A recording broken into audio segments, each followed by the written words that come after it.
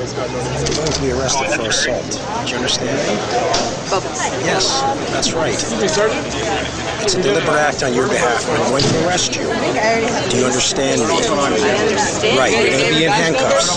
All right? You either knock it off with the bubble, you touch me with that bubble, you're going into custody. Right? I'm putting it away. Right, thank you. But I would also like to know... You want to bait the police. You blow that on me or that other officer, and it gets in her eyes. It's a detergent. You'll be going into custody. I understand. Do we understand each other? I do. I would and put it away. I am doing that at this moment. Right. I would really appreciate Discussion's over. If we could put it away, slave, with those bubbles. Discussion's over. Do you understand me? If a bubble touches me, that's assault. It's a detergent. God, what an asshole. Yeah, exactly. And he doesn't sound Canadian. He sounds like He's probably some cop that was, run out of the department in, Macon, Georgia. Yeah. Or someplace where he used to beat people, and they moved it up to Canada. He's working there. I mean, he doesn't sound like a normal person. No. But you have to also see his face, man. It's just like, I'm going to kick your ass with your bubbles, bitch. Those bubbles, it's an assault. So this big tough cop, a bubble is assault to him. Big tough guy. That's right. That bubble, if it touches the other officer, it's a detergent. You're going to be in handcuffs. Discussion is over, slave. Do you understand? So the human resource story of the day. This gives people a lot of respect for the police. Yeah. Oh, yeah. He can't just stand there and just... do his job. He has to be remember when in the 60s, John, you would put daisies in the muzzles of the riot cops' rifles? Daisy, yeah. I'm sure you did that. I'm sure you did that. Actually, we got a couple reports from people who were saying, hey, man, the cops are like stealing from us. They arrest us. They throw us in jail, and then all our money's gone. There was a couple. We got a couple of emails, and one of them in particular was going on about. I forgot where this was. I should have printed it out. But anyway, apparently everyone who gets arrested or brought in, they steal their money. Yeah, no, I actually have it here. Jacksonville, Florida is what Captain Scott sent in. And he said that he has this long-winded story, but he was falsely accused of something. But the whole point is he and other people are finding that they get arrested, the cops take their stuff, and then they don't get their cash back. Anyway, doesn't matter. That's good cops and bad cops. Always.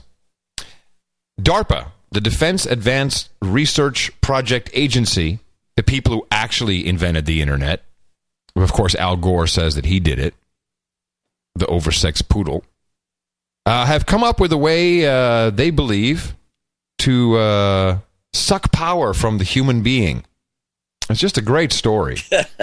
So these little sensors. This is not news. No, but it's not. I've heard about this years ago. It's not news, but it's Smithsonian. So it's a little more serious. And I think they're just setting us up. I mean, this is the Matrix.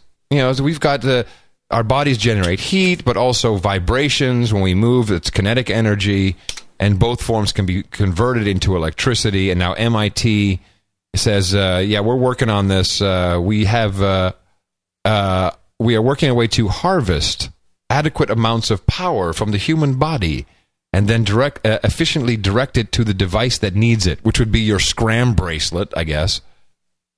Harvest. I just love the word harvest. Harvest is good. Yeah, well, that's just to associate you with the Matrix. By the way, you mentioned Al Gore, and I have to bring up a pet peeve of mine. Ooh. Do you want to? Well, why don't we do the jingle up front then? John C. Dvorak's pet peeve of the day. Al Gore said he invented the internet, and I saw him say it. So I'm just curious as to why Snopes, of all things, which is a debunking operation, claims that this is false. And let me just even read from Snopes. The claim is Vice President Al Gore claimed that he invented the internet. Status: false. And then it goes on to explain that he never said he invented the internet. Here's what he said, and this is an exact quote, but at the same time, what does it mean? During my service in the United States Congress, I took the initiative in creating the internet. That's the quote that Snopes itself uses. People just kind of generalize and saying, well, Al Gore claims he invented the internet. That's what he's claiming. He took the initiative in creating what does creating the internet mean if it doesn't mean invent? And so why is Scopes or Snopes. I'm sorry, I said Scopes. Snopes. This is the you go Snopes.com. You can find out. This is where you look up hoaxes, because most of the hoaxes are outlined in Snopes. But for some reason, they take Al Gore's side in this bull crap, and I'd like to know why. This is one of the many reasons why, just like Wikipedia, I don't take Snopes. You even send me Snopes from time to time and say, "This is not true, Curry. Chemtrails don't exist. Look, Snopes debunked it." I never sent you a Snopes link to chemtrails. Maybe not. I don't know. Hold on a second. Let me see. Dvorak, you won't find it. I don't think I've ever sent you a Snopes. Yes, anything. you have. You have. And in fact, I was alarmed. Oh, that's because you thought you'd won $1 million from some guy in Nigeria. In fact, I was alarmed when you sent that. I'm like, wow, John actually takes Snopes as like religion. Like this is the real deal. Snopes, generally speaking, catches hoaxes pretty well, but here, John C. Dvorak. Here, John C. Dvorak. Well, it only took. This is sent on June 19th, 2009. Well, it only took one quick search to find that these are bogus, and then you send a Snopes link to some pictures. Yes, there you go. So you're taking Snopes. Okay, fine. You made your point.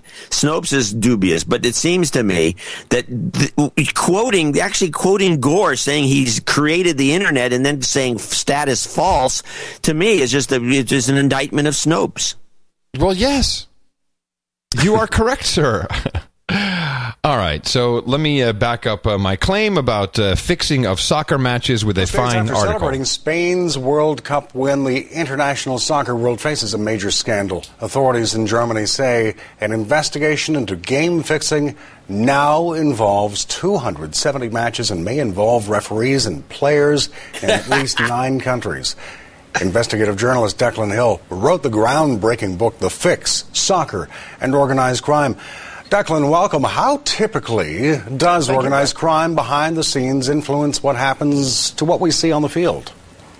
Unfortunately, more than most people realize. And what the Germans have uncovered is and confirmed is what I talk about in the book.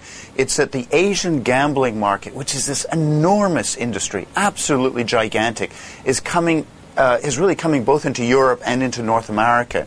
And because of the size of the gambling market there, it's corrupted most of the Asian sports league, and now it's starting to corrupt these leagues around the world. So it's a huge, huge problem, and they're only really just beginning to tackle it now. And what's the potential effect for someone who watches sporting events? Nothing, because we're stupid slaves and we're aspartamed. It's extraordinary. I mean, it's absolutely extraordinary. We'll start with Asia, and then we can talk about Europe. But in China, I was recently on a documentary, and part of the documentary was an interview with the Chinese Premier Hu Jintao, and he's talking about their league being a national disgrace.